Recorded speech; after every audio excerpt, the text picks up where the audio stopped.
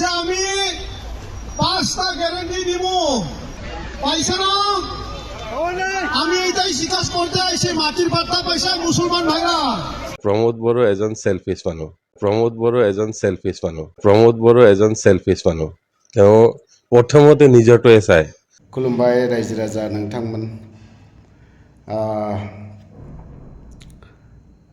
प्रमोद बर' सारखौ सेल्फिश होनदों आंनि बुंनाय राव नङा सासे व्यक्तिनि बिबो बुंदों मिडियानि सिगाङाव बुंजागोन बिथाङा बेनिबो ससे भिडिअ क्लिपखौ आं होगोन आरो सिगाङाव बुंबावगोन बिटिसिनि एमसिएलए राकेश ब्रह्म सार बिथाङा बाइक गारिजों केम्पेन खालामनाय बा माबा मोनसे बाथ्रा बुंनाय ना बेफोरो गासिबो बिपिएफ दोलोनिफ्राय सोलोंनाय कपि जेब्ला बिपिएफआ खैफोदावमोन अलखदावमोन बा बिपिएफआ जे निदान जादोंमोन अब्लानि समाव बिथांमोना बिपिएफ दोलोआ बाजार बाजार माइक लानानै बाथ्रा बुंदोंमोन इउपिपिएलनि सोमोन्दै दा सेम बिथांमोनखौथ' बिपिएफनि जाय जाय प्रहलादनो कास्टमनो रिन्जयनो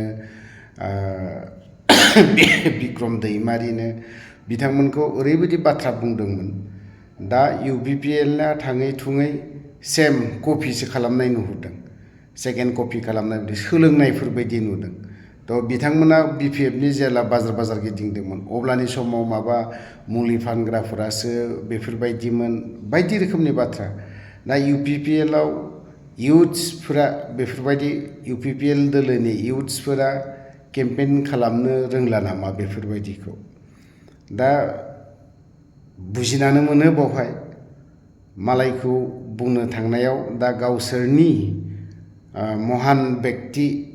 महान व्यक्तिखौनो होनगोन सासे एमसिएलएलाय दायित्व गोनां बिथाङानो दिनैहाय लामा सामा दखान सखान नङा होमबा माइकजों गारियाव गाखोनानै बिथाङा दिनै केम्पेन खालामनो गोनां जादों होनबा दिनैनि दिनाव बुजिनानो मोनो इउपिपिएलआव इयुथ्सफोरा गैलाखौ होनना बुंनांगोन बेफोरबायदि थ' बाथ्राया जाहैबाय मा आं बिनि भिडिअखौसो राकेश ब्रह्मनि भिडिअखौ आं दाहाय जोबथारनायाव होनो थांगासिनो दङ दाना फैदो आरोबाव मोनसेया जाहैबाय प्रमोद बर'खौ सेल्फिश होननानै बुंदों बाथ्राया नङा नंगौबो आं नैबे मोनसे जिनिसखौ सानदों रायजो सभायाव बिथाङा थांबाय फार्स्टआव बिथाङा फरायसा आफादजों थानाय समाव दैदेनगिरि जानाय समाव गोबां बाथ्रा बुंनांगौखौ बुंलांबाय रायजो राजाया गोसोआव थाया नङा थालांबाय मोनथिया नङा मोनथिलांबाय लुबैदोंमोन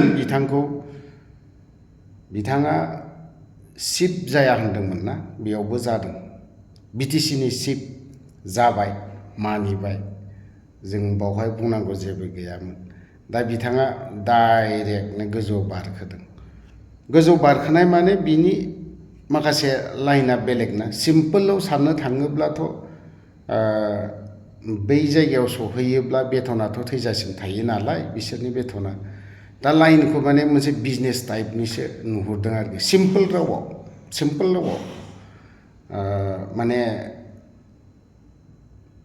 नेक्स्टआवहाय होनबा बियो बिटिसिनि चिफ जानायनि लामाखौ लादों इउजि ब्रह्मनोबोथ' गथायखानाय नङा रोंगोरानोबोथ' गथायखानाय नङा आरो सोरनोबाबोथ' होखानाय नङा गावनो सिएम जानायनि मोनसे प्लेन आरो पलिसि बिनि अंकआ बे खिन्थु बेफोरबायदि जुदि जायोब्ला एसे साननोबो गोनां जागोन इउपिपिएलआ नेक्स्टआव 10 बोसोरा आरामनो गावनि पार्टिखौ गावनि हान्जाखौ स्ट्रं खालामनो थाखाय गामि मोजां खामानि मावना खोन्थानायासो मोजां जागोन होननानै आं सानो दा जेखियानो जाला गोलाव बाथ्रा बुङा आङो दिनै नैबे व्यक्तिफोरनि भिडिअ फुटेजखौसो नोंथांमोननो एसे खोन्थालांनि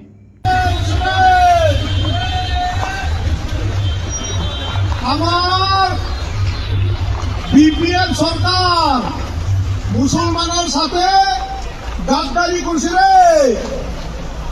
চাচা চাচি আমার ভাইজান,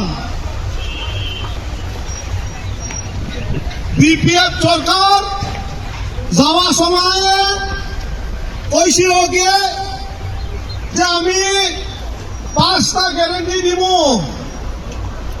5টা গ্যারেন্টি দিব। ওর 1 নম্বরটা হইল মাটির পাত্তা পাইছে না। আমি এইটাই স্বীকার করতে আইছি, মাটির পাত্তা পাইছে মুসলমান ভাইরা। আর আমি কইছি যে 2 লাখ কইরা টাকা দিয়া পাঠাইছিল, পাইছে কি? হাগ্রামা মহিলারি সাহেবে মুসলমানের সাথে গাদ্দারি করছে। ও মুসলমানের সব পাস করছে রে চাচা চাচি। চলো বিটিসি পাল্টায়, কারণ হাগ্রামায় যোৱাৰ সময়ত যা যা কথা কৈছিল ও মিথ্যা কথা কৈছে। ও মাটির পাত্তা দিতে পারে নাই, আরো 2 লাখ কইরা যে টাকা ওই টাকাও দেয় নাই। কারণ মুসলমানে এই বিটিআর অঞ্চলে বড় 2nd লার্জেস্ট পপুলেশন। তোমরা তোমার হাত ওখান বিপিএফ দিকে নিতে লাগে। কারণটা হইল যে 80% ভোট নিয়া যোৱা বিটিসি সরকার গঠন করলো, তারপরে একটাও মুসলমান রে ওখান অব্দি মাটির পাত্তা দেয় নাই। আরো 2 লাখ টাকাও একটা মুসলমানের দেয় নাই। আর আমার বহান, আমার চাচা, আমার শাশিরে একটা টাকা ওখান অব্দি দেয়া নাই। ওইটা লাগে আমি কইছি যে মুসলমানের 80% ভোট নিয়া ওখান বিপিএফ হাগ্রামা সাহেবে গাদ্দারি করছে।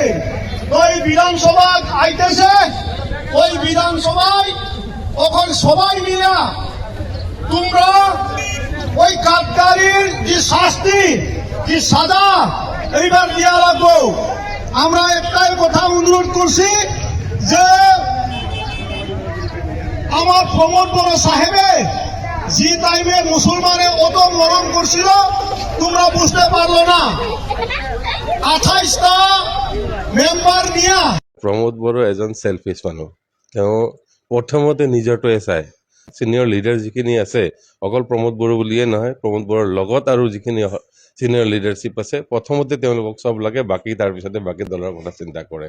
যেনেকে MP মানে ইলেকশ্যন আহিলে সকলোৱে MP ৰ কাৰণে দৌৰে, মোক MP লাগে বুলি। MLA আহিলে MLA লাগে, MCLA হ'লে MCLAও খেলে। আপোনালোকে এক্সাম্পল আছে, ৰাজু নাৰ্জাৰী দেখিছে আপুনি, MCLA খেলিছে, এইবাৰ MLAও খেলিব। ৰণগৌৰা নাৰ্জাৰী দেখিছে আপুনি, আগতে MCLA, তাৰপিছত আপোনাৰ TLCC চেয়াৰমেন হ'ল, তাৰপিছত MLA কাৰণে হেৰি কৰিলে, তাৰপিছত MP হ'ল, আকৌ এতিয়া MLA কাৰণে বোলে আকৌ বিচাৰি আছে টিকেট। গতিকে UPPL এইটো কালচাৰ। UPPL ছিনিয়ৰ লিডাৰশ্বিপৰ বাহিৰে বাকী মানুহৰ কোনো অস্তিত্ব নাই।